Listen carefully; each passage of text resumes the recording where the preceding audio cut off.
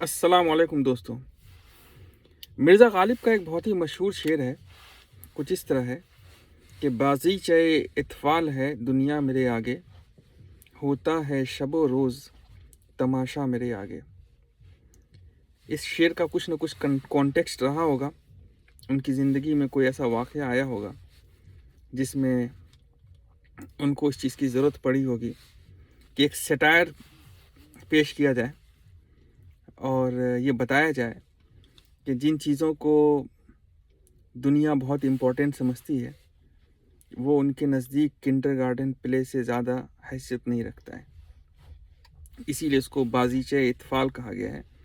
बाज़ीचे इत्फ़ाल है दुनिया मेरे आगे, होता है शब व रोज़ तमाशा मेरे आगे। आप जो भी ख़बर देखते हैं न्यूज़ में अपने आस-पास, मिसाल के तौर पे आप ख़बर देखते हैं करप्शन से रिलेटेड, करप्शन, भ्रष्टाचार जिसको कहते हैं।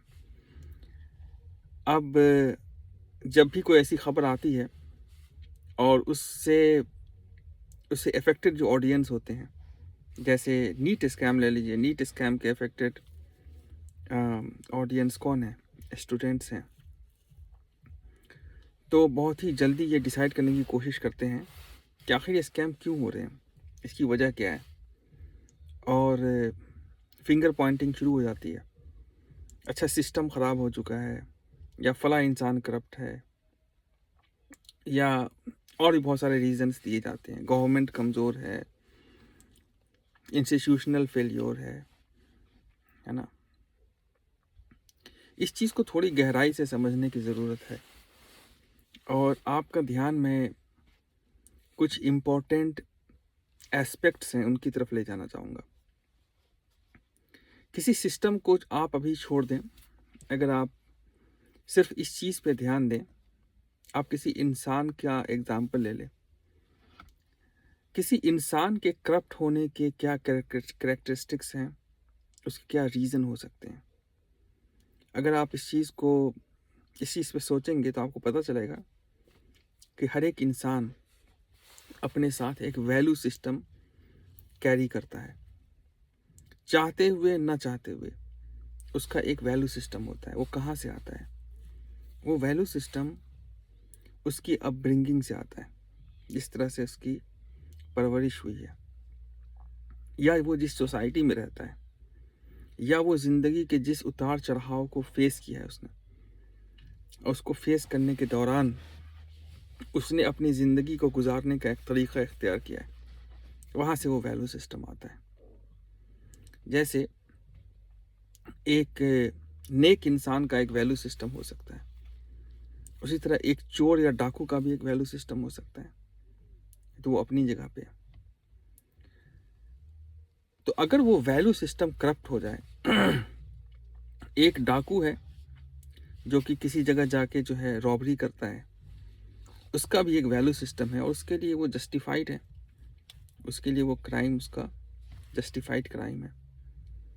उसी तरह एक नेक इंसान है जो किसी इंसान की जान बचाने के लिए अपनी जान गंवा देता है, उसका भी एक वैल्यू सिस्टम है। क्या फ़र्क है दोनों की वैल्यू सिस्टम में? दोनों ही अपनी वैल्यू सिस्टम को सही समझते हैं।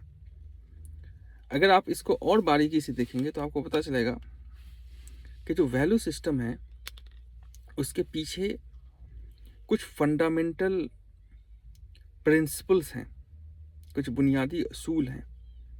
अगर वो असूल साउंड हैं और यूनिवर्सली एक्सेप्टेड हैं, तो वो value system strong value system है। लेकिन अगर वो वैल्यू सिस्टम उन असूलों पे है जो असूल यूनिवर्सली एक्सेप्टेड नहीं है, या यूनिवर्सली उनको अच्छा नहीं माना जाता है, तो वो ख़राब वैल्यू सिस्टम है। मिसाल के तौर पर एक वैल्यू सिस्टम है जिसकी बुनियाद सच्चाई के असूल पे है कि चाहे कुछ भी हो जाए हम सच बोलेंगे। हम सच बोलेंगे चाहे इसमें मेरा फ़ायदा हो या उसमें मेरा नुकसान हो। ये एक असूल हुआ। इसको कह सकते हैं सच्चाई का सिद्धांत, द प्रिंसिपल ऑफ ट्रूथफुलनेस। अब अगर एक वैल्यू सिस्टम है जिसमें इसको जगह दी जाती है इस सच्चाई के सिद्धांत को स्पेस मिलता है, तो वो एक स्ट्रॉन्ग वैल्यू सिस्टम होगा। उसके बिना पे आप एक स्ट्रॉन्ग कैरेक्टर वाले इंसान को आप देखेंगे अगर वो वैल्यू सिस्टम कैरी करता है। एक वैल्यू सिस्टम ये कहता है कि मुझे एक कंट्री का प्राइम मिनिस्टर बनना है। अब इसके लिए मैं जो भी रास्ता अख्तियार करूं मैं करूंगा। मेरा असूल है कि मुझे अपना ऑब्जेक्टिव अचीव करना है, चाहे इसमें मुझे सच बोलना हो, चाहे मुझे इसमें झूठ बोलना हो। तो क्या ये वैल्यू सिस्टम एक स्ट्रॉन्ग वैल्यू सिस्टम है, सस्टेनेबल वैल्यू सिस्टम है? नहीं, क्योंकि जब आप इस वैल्यू सिस्टम को अडॉप्ट करेंगे और इसके अकॉर्डिंग काम करेंगे तो आप तो सक्सेसफुल हो जाएंगे, लेकिन जो आपको देख रहे हैं वो भी इसी वैल्यू सिस्टम को कॉपी करने के लिए और ज़्यादा झूठ और ज़्यादा करप्शन करेंगे, और फिर एक साइकिल है जो कि करप्शन, डिसीट, लाई, इसकी पूरी एक साइकिल, एक आंधी चलेगी और उसके नतीजे में बहुत सारे और करप्शन नजर आएंगे। हो सकता है आपको मेरा इशारा समझ में आ गया हो कि मैं क्या बात कर रहा हूं। हमारे आसपास जितने भी करप्शन के केसेस आते हैं, हम जो मीडिया में देखते हैं, वो आइसोलेटेड केसेस नहीं है। ऐसा नहीं कि एक वैक्यूम में अपने आप से क्रिएट हो जा रहा है। हर एक केस दूसरे केस से रिलेटेड है, और जो उसका ड्राइवर है वो उस कंट्री की जहाँ करप्शन हो रहा है उसकी पॉलिटिकल सिस्टम के करप्शन का नतीजा है। अब पॉलिटिकल सिस्टम जो है जब करप्ट होता है तो उसके करप्शन का जो साइक्लिक इफेक्ट है वो इंस्टीट्यूशनल करप्शन पे आता है।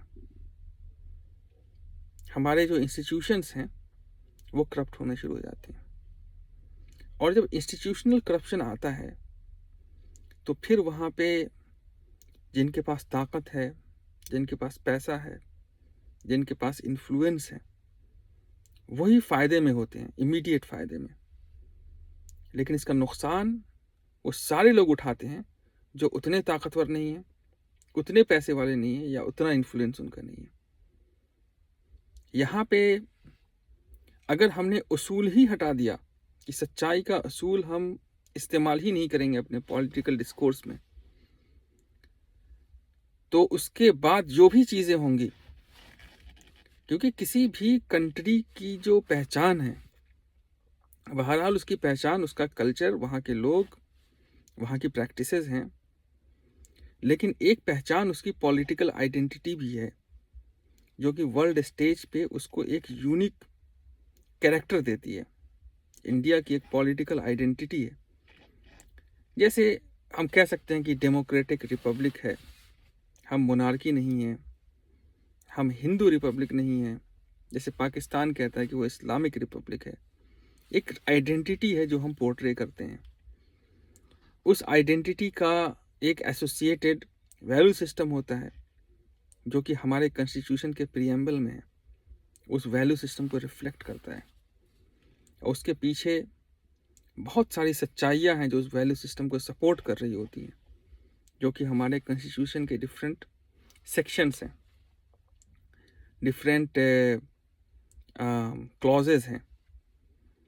लेकिन हमारी पॉलिटिकल आइडियोलॉजी जो कंट्री को चला रही है, या पॉलिटिकल डिस्कोर्स जो हमारे पॉपुलेशन के अंदर, जनता के अंदर लोग जिस डिस्कोर्स के बारे में डिस्कशन कर रहे हैं, या जो समझ है, आम समझ है, वो अगर करप्ट हो गई है, उसको अगर हैक कर लिया गया, अगर मैं गलत नहीं हूँ तो फिर आप इस चीज़ की उम्मीद नहीं कर सकते हैं कि आप इंस्टीट्यूशनल एक्सीलेंस पैदा करेंगे और करप्शन फ्री सिस्टम आप इस्टेब्लिश कर सकते हैं। इस क्रोनोलॉजी को समझना बहुत ज़रूरी है कि पहले आपको वो वैल्यू सिस्टम तलाश करना होगा जिसकी बुनियाद सच्चाई पे है। उस वैल्यू सिस्टम पे जो चलने वाले लोग हैं, जो चलने वाला ग्रुप है और जो चलने वाली पार्टी है, अगर वो लीड कर रही है तभी आप करप्शन फ्री सिस्टम की परिकल्पना जिसको कहिए, कंसेप्शन है, उसको आप अचीव कर सकते हैं। नहीं तो फिर एक के बाद एक करप्शन केसेस आते रहेंगे, ट्रेन एक्सीडेंट्स होते रहेंगे, ब्लैक मनी ब्लैक से ब्लैक होता जाएगा, ब्लैक डायमंड बन जाएगा एक दिन, और फिर हम इन चीज़ों को इग्नोर करेंगे, क्योंकि जो भी लोग ऐसा काम कर रहे हैं वो उनकी आवाज़, उसके अंदर एक तरह का नेशनलिज्म आपको दिखाया जाएगा। वो वंदे मातरम कहेंगे, वो भारत माता की जय कहेंगे, फिर आप ये कहेंगे कि देशभक्त होने का सबूत तो उन्होंने दे दिया, और जो ये गलत काम हो रहा है उसके लिए सिस्टम जिम्मेदार है, पॉपुलेशन, लोग जिम्मेदार है। मतलब जिन पे जुल्म हो रहा है उन्हीं को उस जुल्म का जिम्मेदार ठहरा दिया जाएगा। और वो कौन लोग होंगे? हम और आप। उम्मीद हो आपको मेरी बात समझ में आई होगी। इस चीज़ का फ़र्क करना बहुत ज़रूरी है कि वैल्यू सिस्टम क्या है, फंडामेंटल प्रिंसिपल्स क्या हैं यूनिवर्सल ट्रुथ के, और फिर हम करप्शन की बातें जब करते हैं तो वो आइसोलेटेड केसेस नहीं हैं, वो एक तरह का इफ़ेक्ट है एक बहुत बड़े करप्शन का, जो कि मेरी नज़र में करप्शन ऑफ पॉलिटिकल डिस्कोर्स है। अस्सलाम वालेकुम।